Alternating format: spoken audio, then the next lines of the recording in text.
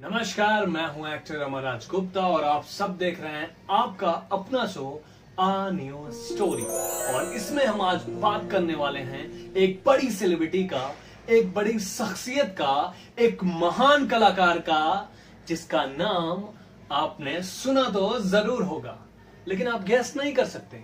उसके लिए मैं बताऊंगा, क्योंकि उनका मानना है कि जब तक तोड़ेंगे नहीं तब तक छोड़ेंगे नहीं। और उसके बाद आती है उनकी एक दूसरी लाइन, जिससे आप ये गेस कर सकते हो कि वो कौन है। हाँ जी, उनका कहना है कि बाप का, दादा का, भाई का, सबका बदला लेगा फैसलवान। हाँ, तो आप समझ चुके हैं, हम बात कर रहे हैं मिस्टर नवाजुद्दीन सिद्दीकी का, जो हमारे इस बॉलीवुड के सुपरस्टार महानायक, जो भी आप कहे वो कम है, क्योंकि उनका स्ट्रगल देखकर दुनिया भी शर्मा जाए। इतना बड़ा स्ट्रगल करने के बाद वो यहां तक पहुंचे हैं, उन्हें ये मुकाम मिला है। ना तो उनकी हाइट है, ना तो उनका चेहरा है, लेकिन फिर भी वो कहे जाते हैं सेलिब्रिटी, और उनकी करोड़ों की मूवियां यूं ही चल जाती है। और आज हम बात करेंगे उनके जीवन का, कि उनका जीवन का संघर्ष कैसा रहा, उनकी जर्नी कैसी रही, वो कैसे बुधाना गांव से मुंबई तक का सफर तय किए। तो हम बात करते हैं नवाजुद्दीन सिद्दीकी जी का, कि उनका जन्म मुजफ्फरनगर में हुआ और उनकी फैमिली काफी बड़ी थी। उनके पापा कृषि थे, यानी कि वो किसान थे और खेतों वगैरह में काम किया करते थे। उनके 7 भाई थे और 2 बहनें थी। कैसे भी करके उन्होंने बुधाना से अपना इंटरमीडिएट पास किया, और वहां पे और पढ़ाई वो पूरी नहीं कर पाए, क्योंकि बुधाना में 3 चीजें बहुत ही फेमस थी। पहला गन्ना, दूसरा गेहूं और तीसरा गन। इंटरमीडिएट होने के बाद नवाजुद्दीन साहब ने बुधाना छोड़ दिया, क्योंकि बुधाना में सिर्फ 3 चीजें फेमस थी, एक तो गेहूं, दूसरा गन्ना और तीसरा गन। इस वजह से वो हरिद्वार आ गए। वहां पे उन्होंने अपना ग्रेजुएशन पूरा किया। उसके बाद वो आए गुजरात।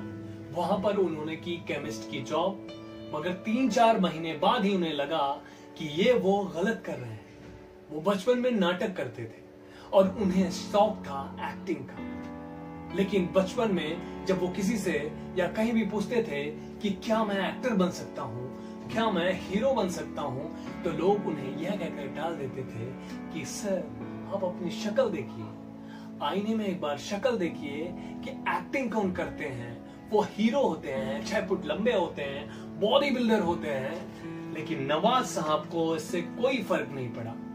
उन्होंने गुजरात छोड़ा और वो दिल्ली आ गए। दिल्ली में उनका स्ट्रगल चालू हुआ।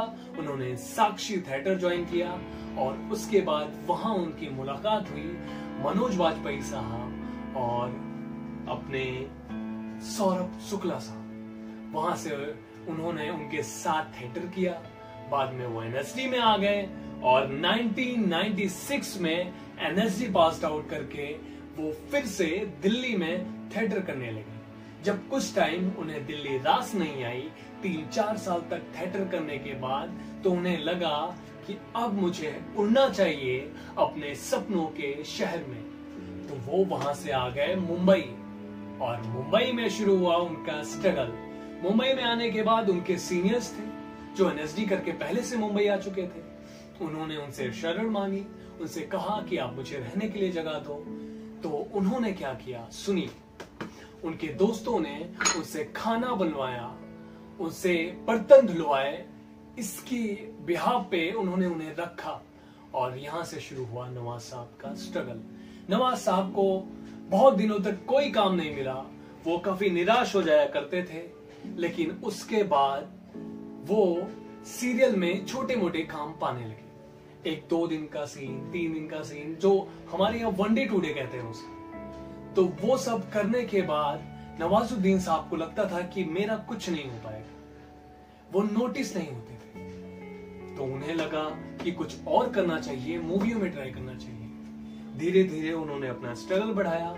वो कहीं भी शूटिंग के दौरान किसी शूट पे चले जाते थे, वहां पे डायरेक्टरों से मिलते थे, एडीओ से मिलते थे, जिससे मुलाकात होती थी, मिलते थे और कहते थे कि सर, मैं एक्टर बनने आया हूं, मैंने ये किया है, वो किया है, और बताते थे। लेकिन उन्हें नेगेटिव रिस्पॉन्स ही आता था। लोग उनसे पूछते थे कि सर आप तो एक्टर लगते ही नहीं, आप क्यों, कहां से एक्टिंग करोगे। लेकिन बात तब बनी जब 1999 में सरफरोश आया और उन्हें एक छोटा सा किरदार मूवियों में मिला। धीरे धीरे उन्हें छोटे छोटे किरदार मिलने लगे और उनकी लाइफ में थोड़ा चेंजिंग मोमेंट आने लगा। उनकी स्ट्रगल थोड़ी सी चलने लगी, उनको काम मिलने लगा। और बाद में आई ब्लैक फ्राइडे। ब्लैक फ्राइडे में उन्हें अच्छा किरदार मिला, उससे थोड़ा उनका नाम हुआ। फिर वो पीपली लाइव में आए, वो नोटिस होने लगे, लोग उनको जानने लगे कि ये कोई एक्टर है, उनका नाम थोड़ा थोड़ा जानने लगे। सब लोग तो नहीं, लेकिन जो लोग डीपली जानते थे, जो डीपली मूवियां देखते हैं, हर मूवी जाते हैं, मिस नहीं करते, वैसे लोग तो नवाज साहब को पहचानने लगे थे, उनके एक्टिंग की सराहना भी करने लगे थे। लेकिन बात तब बनी जब 2012 में नवाज साहब की गैंग ऑफ वासेपुर मूवी आई। उन्होंने उनका तख्ता ही पलट के रख दिया, उन्हें रातों रात सुपरस्टार बना दिया। उनके स्टारडम के चर्चे होने लगे, उनकी कहानियां बुनने लगी, लोग उनके नाम से स्ट्रगल के लिए मजबूती से गांव से आने लगे। उन्हें लगने लगा कि एक्टर बनना मुश्किल नहीं है, पर समय देना पड़ता है। कितने लोग नवाज साहब को देखकर आज एक्टिंग करने आते हैं। मेरी उनसे एक सुझाव भी है जो यहाँ पे आते हैं कि सर आप एक्टिंग करने आइए जरूर, लेकिन आप उसके लिए क्लास लीजिए, आप थिएटर करिए, आप कुछ सीखिए। क्योंकि आप अगर लाइफ में कोई जॉब भी करते हैं तो आप उसके लिए कितनी पढ़ाई करते हैं। कई लोगों का मानना है कि मुंह उठा के चले आए और एक्टिंग कर लें, हम एक्टर बन जाएंगे, तो यह गलत है। अगर आपको कोई भी काम करना है तो उसके लिए तैयार होना जरूरी है। अगर नवाज साहब तैयार होने के बाद इतने समय बाद सक्सेस होते हैं तो सोच लीजिए हमारा आपका क्या हाल है। तो इसके बाद नवाज साहब की ये मूवी हिट हो गई, सुपर डुपर हिट हो गई। उसके बाद उनकी मूवियों की लाइन लग गई और धीरे धीरे उन्हें बड़ी बड़ी मूवियों में काम मिलने लगे।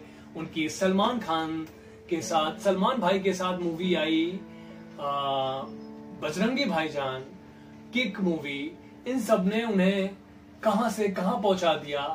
आज वो सुपरस्टार हैं, उनके नाम पे मूवियां चलती हैं और लोग थिएटर पे करोड़ों रुपए खर्चा करके मूवियां उनकी देखने जाते हैं। मतलब करोड़ों रुपए का कलेक्शन करती है उनकी मूवियां।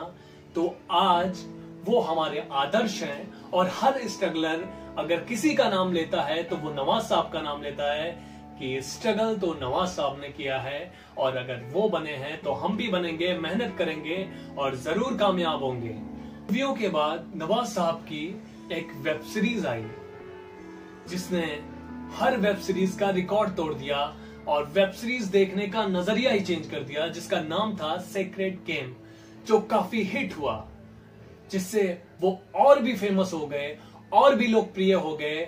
देश में नहीं विदेशों में ही लोग उनकी चर्चा करने लगे और उनके एक्टिंग का लोहा मानने लगे। तो नवाजुद्दीन साहब के लिए एक सैल्यूट तो बनता है और आप सभी से मैं इजाजत चाहता हूं। फिर मिलूंगा अगले हफ्ते एक नई स्टोरी, एक नई सेलिब्रिटी के साथ।